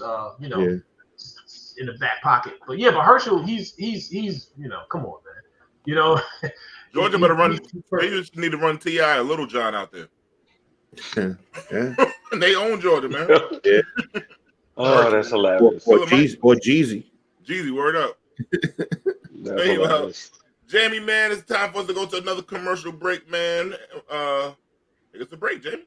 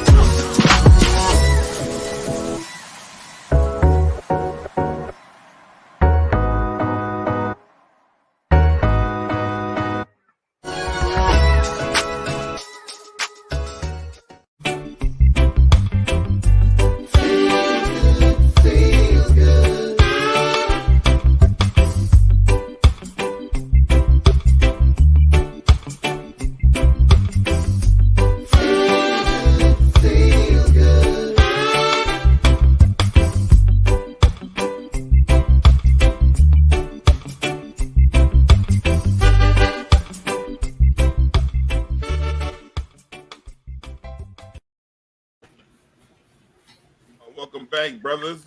Please like us, follow us on Facebook, YouTube, and Twitter. Ring the bell, like and subscribe, tell a friend to tell a friend. Man, we're gonna have a special guest tonight, man. But before we bring him in, I want my boy Jamie to bring up a little bit of for the viewers to see a little segment who the person we're gonna bring in and who they talking about. Jamie, can you bring us to that clip, please? Hey, how your cousin doing? Which one? Chicken wing. I was on with chicken wing earlier today. Hey, I was on with chicken wing. This how chicken. It's cool. Look. This how chicken wing. Hey, I didn't know you had a pit bull in the house with you. Where was he at? Baby. Hey, Shaq, them dudes that got the chicken wing like this is how they rub their nose like that, man. They talking like, man, I'm telling you, some shit went down the other night, man. I'm trying to kill it. That's hilarious. Hilarious. Without further ado, bringing back my big son, my main man. He is my wing man, Chicken Wing. What's going on, brother? Wingster. What's up, Wingster? A wing. What's going on, player? What's going on, big guy? Oh, Yo, man. Wing, you a famous guy, man. You got big people always talking about you, Yo, man. listen, in the last couple of years, man, I've seen all kind of clips on the internet and all that, and it's just something else. You see, I got the little handman shirt. Download the song, cop that. You know, Where can they find the song at, man? So you want to plug yourself? Where can they find the song at? oh, all streaming platforms: Apple Music, Tidal, Jay-Z, fuck with me, Tidal, Spotify. He sold the company after he started fucking with you. Everything, yeah. It's time for handicaps to get some respect out here. You know. Word up, man. I'm mad at you though, Wing. You forgot I was handicapped. I was a little handicapped for a while. Well, you temporarily handicapped, D, but you get a pass though. You temporarily. You left me. You was out walking me that day, man. I was like, yo, this motherfucker happy he got 2 legs. So I'm gonna show you where that was fucked up. I'm not Nah, but D, I always say though, I'd rather have a fucked up arm than a fucked up leg. Cause when you holler at some girls, you tell them come in, they say, no, you come here. When you gotta get up and walk over there with that limp, a girlfriend's like, girl, no. So the arm, you can tuck it in the hoodie's pocket. That limp, ain't no hiding that, bro. Listen, I done had girls that ain't know I had low arm till we finished fucking. You gotta have skill with hiding the low hand. You can't hide that limp, D. Oh man. Yo, you remember that time we at that little bachelor party and you hit the girl with the little arm in the butt? Oh, man, I almost got 5 of that, man. We ain't gonna talk about that. Somebody turned me in at work for that video, and I was just doing smack a little hand girl on the butt with a little hand. It got back to my job. That was hilarious, man. So, Wing, man, you know, you talk about ladies and all this stuff. This is a long time ago. We used to give out money to people and, you know, women and stuff like that. I never gave out money, bro. I mean, they ask you for money. They want to borrow money, right? Oh, listen, that happens to this day. Listen, when people feel you got it, they gonna come and ask to borrow, right? It's a whole new generation of pocket watches out there, right? Oh, you ain't right. And they just watch your pockets. They see you doing, you know, things that they figure cost a couple of dollars. They over there tabulate like an old school accountant, pulling the boom, and then they call you, hey, you think you can loan me? You think you can loan me? But people come to you so humbly, right? Me and D always joke about this. They come to you so humbly when they want to borrow money, right? It's almost like they got violins and church music playing in the background. But then when you call back for your money, they on straight demon time, man. Oh man. This cat meme. I don't know if y'all got it. I sent it to D. It's a cat meme. I said to Jim, hope he got it, man. Me and D always sitting around when somebody borrowed money and you have an incident trying to get it back. You know, we send that meme to each other and we know this just happened to us. Y'all got the meme, D? I sent it to Jamie. I don't know. I'm trying to get him to bring it out. I sent it to check. Jamie, you get a chance, bring up that meme for us, man. I sent it to your email. Check it out if you can. Yeah. Jamie a little slow. Jamie stopped drinking though, didn't he? So he should be on point now. Yeah, Jamie should be on point now. He's in the 12-step program. Yeah, listen. Why you sweating so hard, man? What's over? You got no air conditioning? What's going on over there? Who, me not now?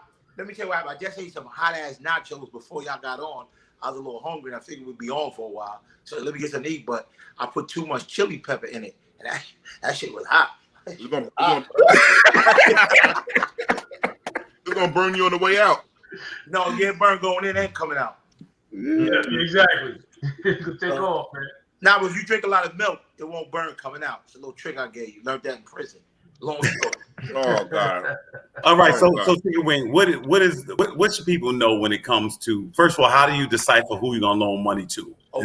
Is it a feeling or you have if you're gonna loan somebody some money, right?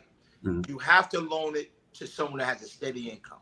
You can't loan it to somebody that got a hustle, somebody that got, you know, they don't have a job, they give money here and there. They gotta have a steady income with pay dates, right? And that's when you want to get paid, on the pay date, right? You want to borrow money from me, you get paid next Friday. Just pay me back next Friday. Now, here's the key to next Friday, everybody. When you loan somebody some money and y'all lock in a date, pay me back on the 15th. I'll just use that date. Pay me back on the 15th. It's not pay me back on the 15th. It's pay me back on the 15th by 9 a.m. Let me tell you why. Because when they get direct deposit, when they get up, that's when they're going to have the most money for that week, right? Because once they get it, they start spending. If you let them go on and say just the 15th, come on, bro, so I'm going to pay you today. I'm going to pay you on my lunch break. I'm going to go to the ATM or I'm going to sell you the money. Now, you call them on their lunch break, 12:30. Yo, I couldn't get away. Shit was swamped. I'm going to go to the bank. I'm going to get the money after work, right? It's still the 15th. I told you I'm going to pay you today, bro. The day ain't over. I know you heard that before. The day ain't over, right? Then it becomes after work, yo, I had to go pick up the kids. I had to go do this. I had to go start dinner. And then it becomes, I'm going to pay you tomorrow. Tomorrow on my way to work, I'm going to go to ATM. Or I'm going to move the money to the account. I'm going to sell you. Then that becomes an emergency comes up. Man, I caught a flat on the way to work. I had to buy a rim. I had to spend the money. Yo, I'm going to pay you next payday. Right. You see what I'm saying? So when you put a time on it, right, you can't go with just the 15th because they say the day ain't over. Right? They're going till midnight. Then you call them 12:01. Yo, why you call me this time of night? Right. So you want to say a time when they got to pay you back. Wednesday by 9 a.m. Now, when you call them at 9:05, they can't beef with you. Bro, we agreed by 9 a.m. It's 9:05. Right. Right? They're going to have an attitude anyway. You could call somebody. Somebody could ask you to loan you. Somebody could ask you to loan them money. Somebody could ask you to loan them money, right? And you say, yo, I'm going to give it to you when I get off work, right? They want to borrow $500. Something happened, you busy. You could call them at 3 a.m. Yo, bro, I'm in front of your house with that money, bro. Got busy. Oh, no problem, dude. Good looking out. They'll come out. Yo, good looking out. They'll come out to the car with their robe on. Yo, good looking out, bro. I fuck you, my nigga. Now, when you call them back a week or two later to pay you back at 3 a.m., yo, bro, you got some respect for me. You can't be calling it. You see what I'm saying? So it's crazy. Now, I'm gonna keep it a whole buck with you, right? I learned this shit in the drug game, right? That people will bend over backwards to come get, right, the work if you give it to them on consignment. When it's come time to bring the money, they won't. Yo, bro, I'm getting ready to go out to Long Island, to Montauk Point with my family for the weekend. Yo, bro, just take it with you and I'll come out there and get it. You see what I'm saying? I need it, bro. Now if I say, yo, Montauk Point, bring the money. Come on, man. You can't get that shit when you get back. You want me to drive all the way to Montauk? You see what I'm saying? So it's always a problem when it has to come back, right? And people don't realize that. And you got to point it out to them sometimes. So I wrote down a couple of pointers. With me, I run into this problem because people think I got money, right? I don't know if they think I get disability check and I get money. I don't know what.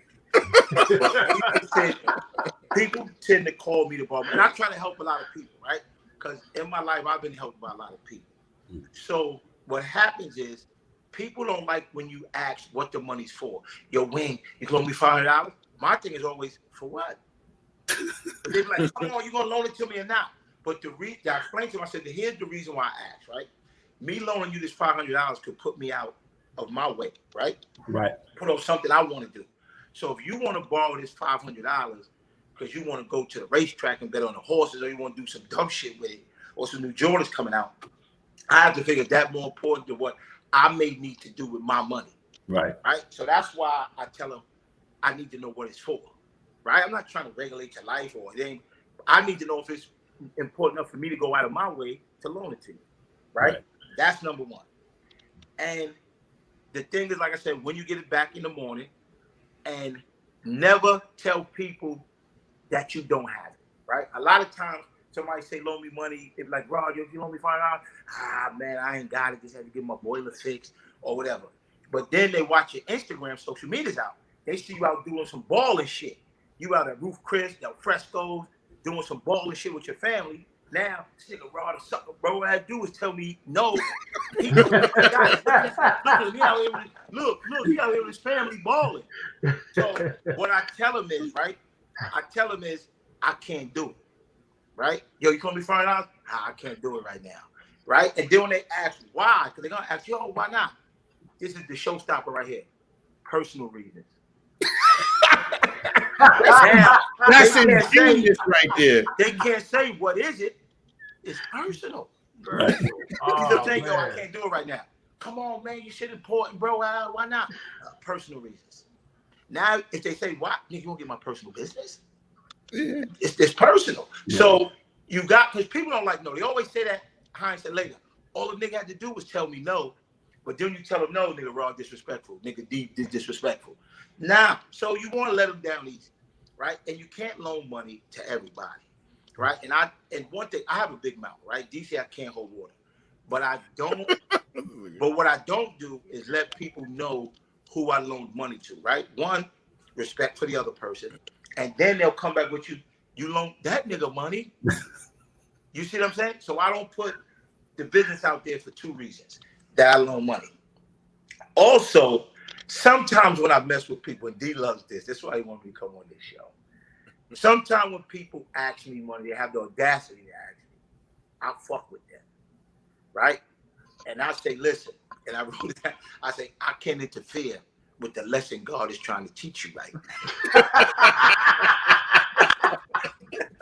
So he loves it. Listen, I can't interfere with what God is putting you through right God's now. plans. God's plans. Right, God's plan. Then I hit with this.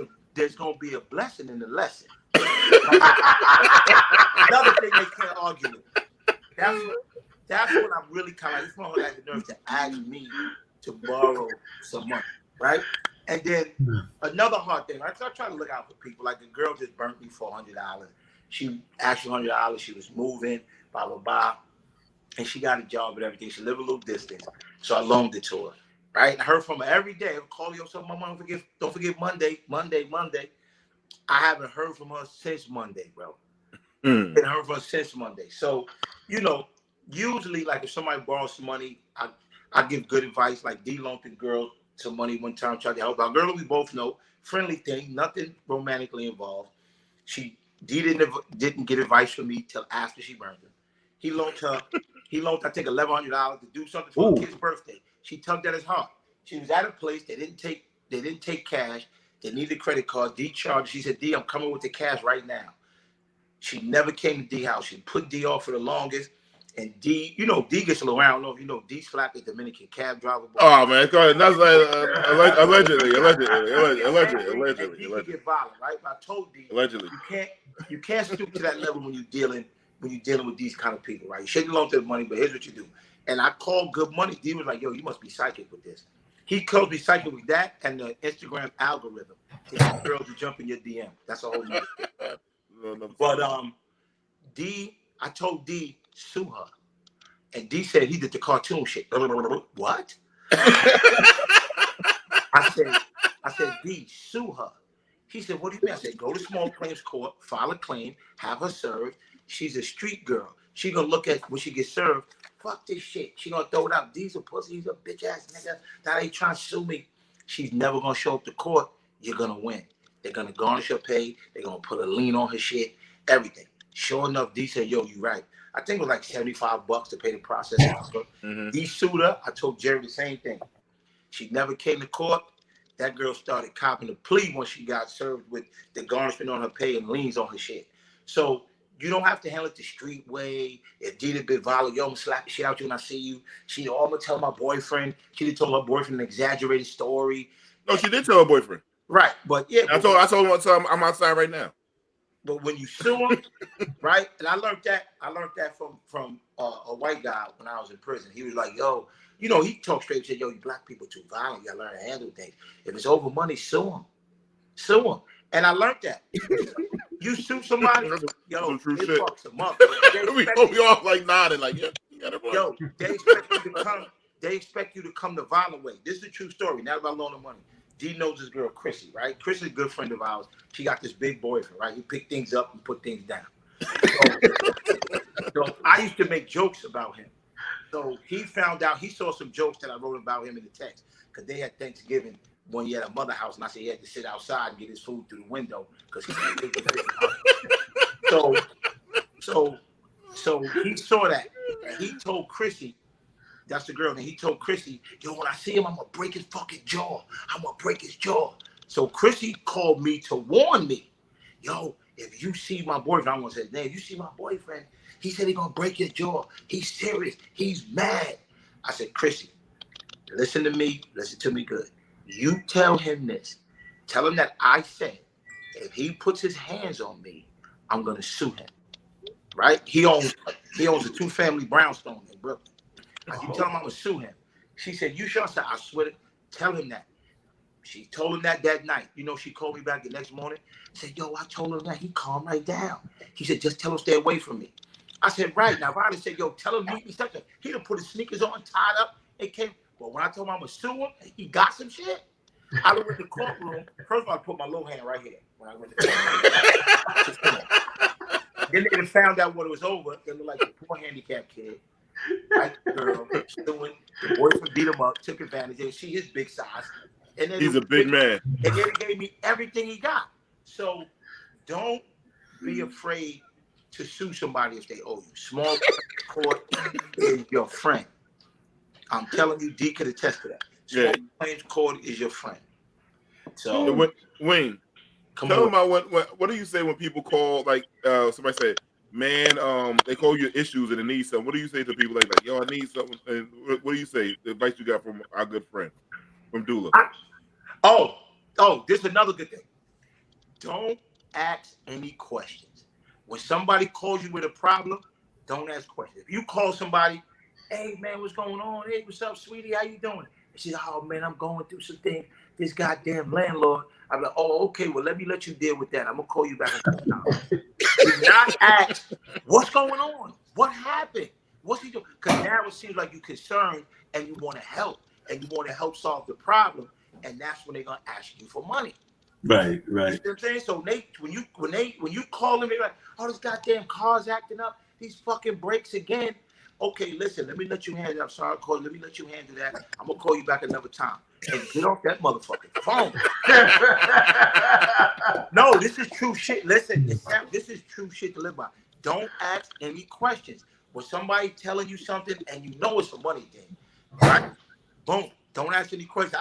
I got another joke, D. Like, I tell people I got this app on my phone. It's a new Apple app. And when you call my phone, if you get ready to ask for money, the app disconnects the call. But I hear them get ready to ask for money. I'm like, chicken wing, what's up? Oh, the bullshit. They what they call it. Chicken wing, they go call it the little bullshit conversation before the loan. Chicken wing, what's going on, man? Chilling. Hey, how your little arm doing? Good. I know it's raining outside. I know it bothers you when it's raining a little. Hey, you good? Yeah, I'm good. Hey, man, listen, I'm over here at the car dealer, man. You think I could borrow a click? And they call back, yo, what happened? The app, bro. I got this app. It says if somebody got me to borrow money, it hangs up. My bad. but listen. Now, but so some real shit, I learned that is very key, right? When I stop asking questions and getting off the phone, I stop people from asking me to borrow money a lot. So remember, don't ask questions. When somebody calls you with a problem, when you tell them no, don't tell them you don't have it. Tell them you can't do it. If you do loan somebody some money, stay away from loaning family money. That's also. And I'm going to ask you that. Who's the worst? Family, girls? Who's the worst people? Co-workers? Who's the worst people to loan? Not like girls are the worst. Girls are the worst. Girls are the worst. Why you say that? Because girls feel that men are entitled to, men are supposed to give them money, right? And here's my thing with girls, right? If you're going to give the girls ask you for money, right? You meet a girl on a date, by the second phone call, she asking you for money, right? Here's what I like to teach people, right? You could tell a girl you feel the same way about your money as she feels about her pussy, right? Anything she says about her pussy, you can say about Sam, give me a stroke. No, but listen. No, pussycat. What's called a pussycat? Pussycat. Yo, she asked you she asked you for some money. Yo, you think you can give me $40? You think you give me some pussy? What type of girl you think I am? I just met you. Think I'm gonna give you some pussy? What type of guy you think I am? I just met you. Think I'm gonna give you some money? You gotta earn this pussy. You gotta earn this money. You know what I'm saying? Anything she can say about her pussy, you gotta wait. I don't just go around giving pussy to anybody. I don't just go around giving money to everybody. So whatever she says about her pussy cat, you can say about your money. Right? Well, that's the way it is. when you keep it cut and dry, your life is a lot easier if you got a couple of dollars. Now, this a tutorial is not for broke people. They don't have it. This would be not a business. I'm just saying, phonetically, it's a rich man's problem. Thank you for that, man. Let me say this. Oh God, you can implement one thing that I do now too. You know how people say don't loan more than you can afford to lose, whatever like that. When somebody asks to borrow money, offer them half. They'll never turn it down. This is true. They'll never turn it down. They'll never say, nah, man, I need $200. Oh, bro, I can give you $100. They'll never be like, that's all you give me, forget it. They'll take it. And then when you get beat, you only got beat for 100. You got beat for half it. Let me tell you, I'm glad you brought that up. Another thing, if somebody needs money for something and the money they're asking you for doesn't cover it all, tell them you'll bring your money in last. Right? So they say, yo, I need $1,000 to get my car fixed. Yo, you give me $500 and I'm going to get $500 from some other people. Get that $500 first. Then I'll give you mine. Right? If you give them your $500 and they go out and try to get another $500 and don't get it, your $500 becomes their spending money. Right. They're never gonna come back and say, yo, I didn't get the rest of the money. Here's your $500 back. They're gonna take your $500 and spend it. So if you need $1,000 to get your car fixed, and this happened, true story. If you need the money to get your car fixed, I'm gonna bring the money in last, and I'm gonna give the money to the car people, the mechanic, right? Let me put it on my credit card. She told me they don't take credit card. I said, it's 2020. They don't take credit card. This is a mechanic you fucking with. You're a crackhead. But if somebody wants money from you and it's for like you're putting in to help them and other people are putting in, always say, I'll give you mine last when you get the rest, and then give me the rest and I'll pay for the such and such. I'll put on my credit card. Because if they don't get it, they're gonna use your money for Ubers and all kind of other shit. Yeah, you got I'm gonna tell you, Chicken Wing. I'm gonna tell you when I know you're not getting the money back. When the person is emphatic about when they're gonna pay it back. No, I don't go with no opening. I never. No. I'm saying when they tell you, yo, I'm gonna get this back to you next Friday. When they tell you that, you're not getting it back. I say when you get paid, it's yo, I'm gonna get it from my girl because my girl get paid. No, when do you get paid? Yeah. If you're gonna get the money from your girl, that's fine. But I'm gonna tie this loan to when you get paid.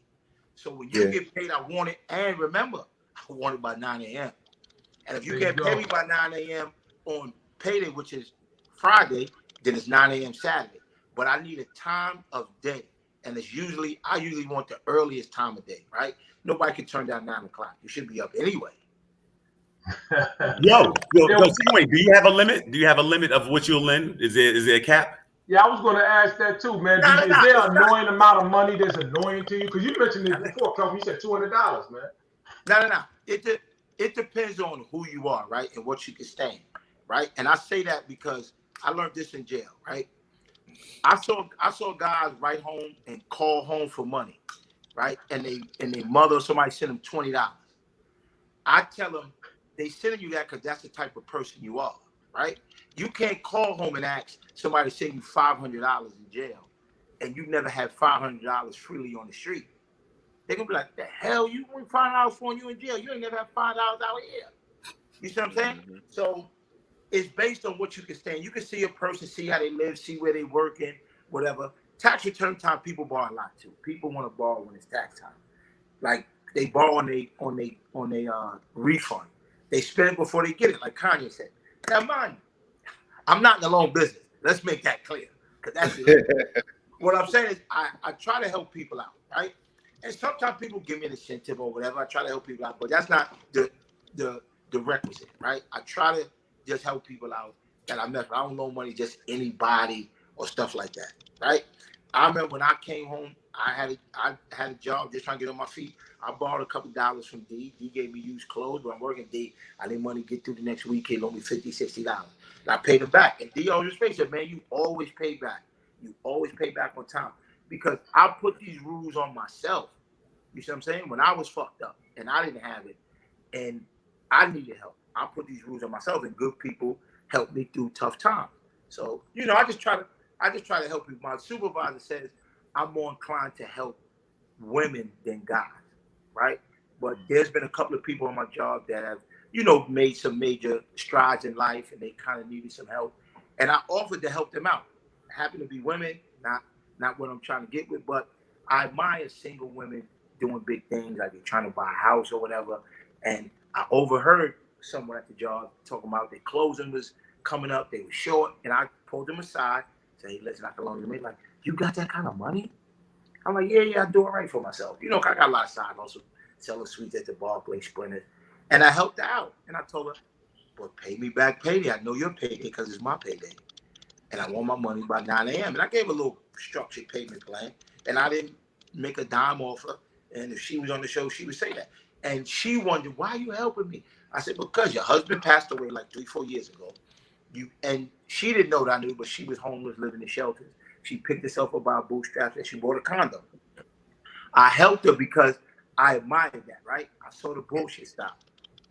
I saw her stop doing her nails, right? When she was saving and stuff like that. So I wanted to help her out, and I offered to help. And I didn't charge her a dime because she's just a good person. I consider her a friend. So it depends on just, who you are. And what you make is what you learn. So good man, Wayne. Good man. Good man. I try to be. It's hard though. It's hard with these $40 holes. That's one thing. If I don't get to do it, I'm in trouble. Oh my God, that's crazy. I hate. Hold on till I come back. Look, she gonna come in and pop shit. Hold on. Oh my God, this is the first time ever guest leave. You guys realize that owing somebody's money was the original social distancing, right? That shit was the original social distancing. Yo, Wing, I want Jamie to show them. Y'all want to come poke your face in the podcast. Uh-oh. First time we had a guest. Have a guest. Hello. Hey, Wanda, how you doing? Wanda, you borrowed the money? Yo, Wing, let me ask you a question, right? That's why. I'll explain to it later. Yeah, let me ask you a question. I've done this in the past, right? And I'm not talking about with large sums of money. I've used loaning money to get rid of people. Definitely. It's a great way to get rid of It's a great tool. So let me just break it down to the audience.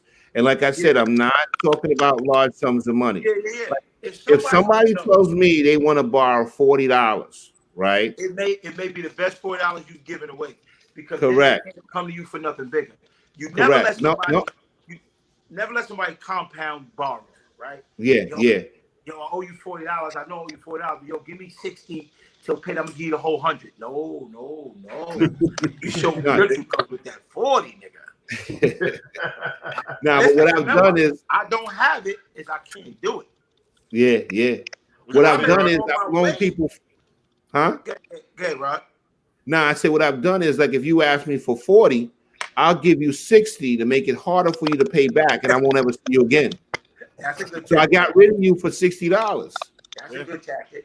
And if you ever want to get rid of somebody, long as it's a small amount, add like $20 onto it, 25, make it a little harder for them to pay back, and you'll never see them again. I ain't never seen nobody, Rod, give nobody a signing bonus to leave. That's what I did. You know what happens? Listen, I've known a family member, right? And this is a family member I love, right? There's certain family members I love, and I try to help them. They're younger than me. They're coming up. And my family member needed to borrow $2,000. Never forget this. And he said he's going to pay me back $500 a week. I knew that was a struggle for 4 weeks, right? Or maybe for 4 months, but I knew it was a struggle. But he paid me $500 on time 3 times in a row, right? And when he came to give me or sell me that last $500, I said, yo, you got the $500? He said, yeah. He said, I'm getting ready to send it right now. I said, you going to sell it right now? He said, yeah. I said, keep it. I told him to keep it. And I said, just don't affect, you borrowing from me some more, but keep it. Because I wanted to help him out too. He's a younger person. And I was like, keep it. And he was like, oh, man, thank you. I said, nah, you're young. You're trying to do your thing. I like that you pay back on time. I know it was a struggle, but he was like, my uncle don't play when it comes to collect their money. Because, I learned those tactics from being in the street. So I told him to keep it. And he appreciated that. So sometimes you can help people out. You don't want to be known to be giving away money because then everybody's going to come and, like I said, you gave this one money. You gave that one money. So it's just, You gotta learn how to say no, which I gave in this tutorial. You gotta ask what the money's for. You gotta know when you getting it back, and you want it back in the morning. If they don't pay you, you're gonna sue them. And know when they come to you, it's good to point out that what up, Danny? For the money, they were humble, and when they coming back now, they got this attitude. Like, come on, man, you called me twice already. Why you blowing up my phone, bro? That's how they get. It would, man. At what point? What amount of money do you expect to get ducked for, man? You know what I mean? Like, what's the most common amount you feel? Because I feel like it's about $200 to me. Can you loan me $100? Can you loan me $200? Tax time is a little more. Tax time is like $500. But like I said, it's not everybody. It's a certain. You can see it's a certain people, and they always come back. And sometimes you gotta be like, yo, I can't do it this time. I can't. And again, it's never I don't have it because I may be on my way to do some balling shit. You know what I'm saying? You may see me eat motherfucking bald eagle egg. You know what I'm saying? With caviar on it. You know, bald eagle, they stink. To eat a bald eagle egg cause breakfast. Yo, Jamie, show the meme that me and Chicken we was talking about. We talking about this meme that we talking about. This is the meme right here. When they asked to borrow money, when he asked for it back. Right. Yeah. That is if D, because D's trying to help a lot of people out too, right? You know, old friends from college, stuff like that. And we just know how it goes. So he'll send me that meme early in the morning. And I'll call him up, D, what happened? And then he'll give me the story. Man, I loaned this money and bitch some money, and now she don't want to pay me back. And and when I called her, she was angry. And he sent that meme. And that cat meme, that meme right there is so perfect. D discovered that, sent it to me. And that has become, we hit that back and forth like a tennis ball. Yo, Wing, I want to see, can you got some more time? I want to see if you can jump on one of these topics with us. You have time? Yeah, I got all night. All right, cool. My girlfriend work at night, so. What's your prostitute? What are you trying to Oh say? my God. Now, well, Lady of the night? If she ain't bringing the money, she should. But no. She works overnight with people with mental illness, and she also does some work at a Good Shepherd's at one of their facilities at night. Nice. So, Yo. I'm very proud of the work she does. She takes it serious too, so that's good. Yeah. Yo, you want me to loan you some money to get an air conditioner in that motherfucker? Because you Let me tell you something. I got an air conditioner, but out of respect for the show, I don't want to put it on because it's gonna have the sound. Alexa, turn on the air conditioner. And she's gonna come on. You got Alexa too? You heard it? It came on. Now it's gonna start blowing in a minute. So yeah. But anyway, listen, man. I want to see if you can jump on this topic with us. Jada Pinkett Smith breaks the sounds about having a hard sex life with Will Smith. Then it's hard right now to, I guess, to get the romance popping. So it's Jada foul for that, bro. Yeah. Jada foul for that. I don't care how hard it is. You can't put that out there like that. No. You can put out there with your friends. She can tell her friends that, but she can't put it out there. Mm-hmm. You know what I'm saying? We got to see. Go ahead, Derek. No, I think I just heard something about she's saying that was taken out of context or something like that. I didn't hear the whole thing. But it's not her first time putting them out there for something. Correct. This is Jada Pinkett has a history of doing this. First she was in an entanglement, right? Embarrasses him, brings him on the show, tells him she was in an entanglement, which I kind of feel was staged because the average man probably would have flipped that table over on the show. You know what I'm saying? You bring me out here to embarrass me in front of me. So I felt they were both acting on that day. Now she's talking about their sex life. I mean, can you imagine if that was reversed and Will Smith had did that to her? Women would be coming after him like crazy. Word. Yo, women love the way she dragging Will. But when Eric Bonet did it to Halle Berry, he was wrong. Correct. Yeah. Correct. And my thing, I think for them two, I think it's always publicity. He has this movie coming out on Netflix, King Richard, in a few days. I think it's always something. Oh, is it tomorrow? I think it maybe tomorrow, right? There's always something with him. I think it's always some publicity stuff. It's always you might be right. You know, I don't think it's genuine. Yeah, like I told you, I think the first one with the entanglement, that her putting him out there like that, I thought that was acting too. Let's say, you know, there's no way you put a man on a platform like that and tell him that you was cheating on him and then everything is okay and you're gonna say, well, I'm gonna get you back. Nah, it ain't gonna work that way. You know what I always wondered? Like, where do you think Jada would be if she wasn't married to Will at this point? She'd still be on a different world. I mean, think about it. All those actresses that really in the 90s fell off, she married a guy that just kept her on. So you could do a red table talk because you got, whatever. But I mean, that's what keeps her relevant. Will is correct. Her husband is what keeps her relevant. Right. Yeah, Will is what keeps her relevant. So if you watch that interview, right? She's at the table with her mother, and she starts talking about Will Smith, and you can see her mother's like, like trying to stop her from saying it. And then the other lady that she was talking to said, well, if you love me, you can read my mind, which is absolutely absurd. I don't know anybody that can read anybody's mind. No. You know what I'm saying? So it just seemed like it was done in very poor taste, in my opinion. No, I definitely agree. And that's something that she shouldn't have put out there on social media. None of that personal stuff. Yeah. You know what I'm saying? And it's only accepted because it's the flip side. It's the woman, saying that about the man. Correct. But the other way around, it would blow the cap off social media with women saying something about it. Yeah. Men get dog. Like I said, all men get the big piece of chicken. That's it. If you're lucky to get that. Nowadays, right? Exactly. Okay, so we got to ask, when I'm driving down the street in Manhattan all day today, and people just stop in my car. Oh, I heard Chicken Wing on the show. Chicken Wing on the show. That's all people want to know, right? They want to know, Chicken Wing, what is your perspective on Dave Chappelle's special? That's what the people want to know. The people want to know. Here's my perspective, right? I believe in free speech, right? Dave Chappelle, he has gone from making up funny stories to making fun of the truth, right? Which is a great thing to be able to do, right? He, like they say, where's the lie? He didn't say any lie. The baby, like he said, shot a nigga and killed him in Walmart. Yeah. North Carolina. It didn't affect his career. Right. He said something about gays and his career is in jeopardy. Right. You see what I'm saying? There's nothing wrong with that. It's the absolute truth.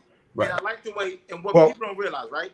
Dave Chappelle is a champion of stuff like that, right? So when Dave Chappelle got in trouble, you see Jay-Z had Dave Chappelle introduce him at the inductee to the Hall of Fame. Yeah, We're not yeah, gonna yeah. cancel this nigga. Jay-Z said, have Dave Chappelle introduce me. Also, with the baby, I don't know if you know, 50 Cent brings the baby out to perform at all his shows. At Rolling Loud, I'm gonna show the baby jumped into the crowd. So these guys are silently, pushing back against cancel culture of our people, right? From these entities, right? Because it's wrong. It's wrong. But I like the way they're doing it because they don't want to, they know what's going on. They don't want to jeopardize themselves, but I'm going to give you a platform to perform when nobody else does. I'm going to let you introduce me in one of the biggest nights, in my career because you're going, because you're going through this thing and I got your back, right? Right. So I like that happened. Dave Chappelle, he's too big and has too much support from the culture, from the hardcore people, from just realists to be canceled. You can't cancel a guy like Dave Chappelle. And he knows that. Right. You know what I'm saying? Canceling him would make him bigger.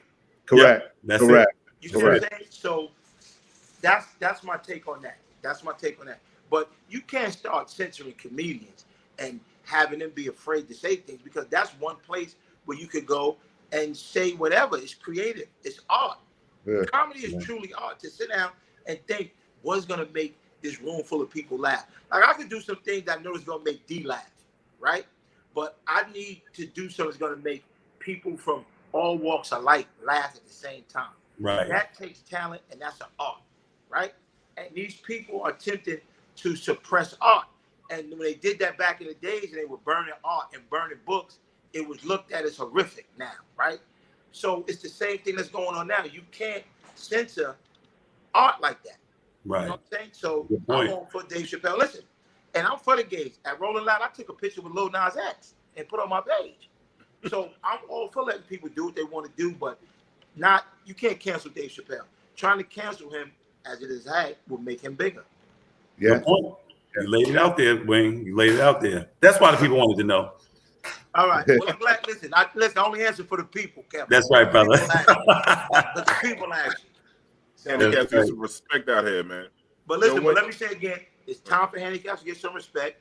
download my song Little Handman on all music platforms. If you don't download it, stream it. But listen, when you stream it, you got to stream it for like the first 31 seconds, or else I don't get paid.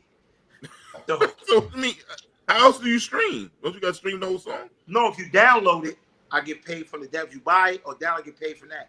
But I also get paid from streams, but only if you listen to the 31 seconds of the song, because 30 seconds is considered a sample, right? To see if you like it or not. You know how you go and you listen to the music on Apple, it's only 30 seconds to let you listen to. You got to listen to 31 seconds for me to get it counts and stream it for me to get paid. I got 15,000 streams. I got a plaque. I should have had it up here to show y'all. I got 15,000. Congratulations, brother. All right. They sent me a plaque to congratulate me on 15,000. But then hold up, then as your executive producer, where's my check? Well, you get your money 9 a.m. 9 a.m. No, D, you got a bad record deal. You sold me your publishing. I own your publishing. Yo, how about your daughter? Before you get over, how about your daughter? Don't you got something coming up, a project? My daughter got a single coming out called Curious. It's her second single. Her first single was like just a little freestyle single she did off Alicia Keys and Jay-Z's New York for Black Lives Matter.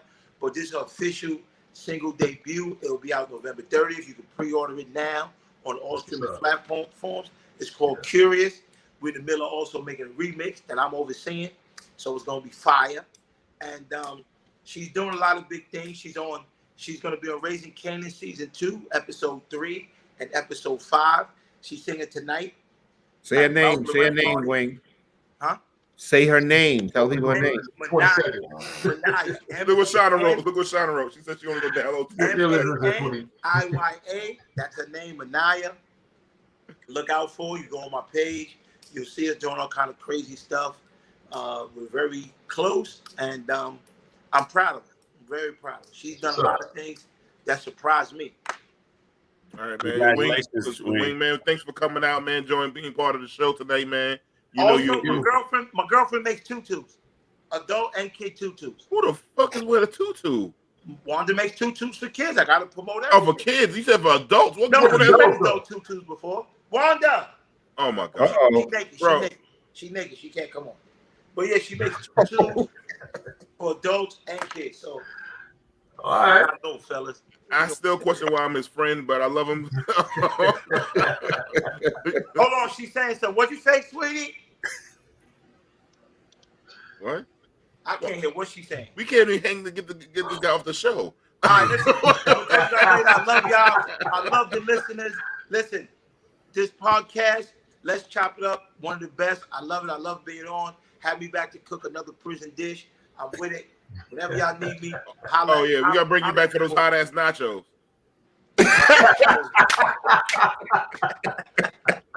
Yo, I love you, man. I'm gonna see you tomorrow, man. Yo, stay up, Wayne. Good job. All right, financial advice from Chicken Wing, man. Yeah, word. We got financial advice from a handicap man. Yeah, man. Yeah. Yo, Rodney loved the big screen, boy. As soon as he get on there.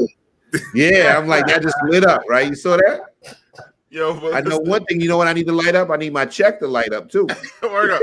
I gotta talk to Chicken Wing about my check, and I gotta talk to Jamie. Goddamn it, something's going on. Baby, what you? Oh man, I'm gonna have to call Suge Knight to get my money. Yo, I might have to start hanging people out of windows to get my money. Word up, man. That's right, man. But listen, man. Thanks for everybody joining us on this ride again, man. Thanks for Chicken Wing, Shauna, Lisa, Danny. Tim. The tutu, man. Shauna, the tutu. I will wear one. Shauna, you get a tutu, I'm gonna wear one, man. Word up. I might do it with my wife. Whoa. Man, like and subscribe. And we love you all. Peace, and peace.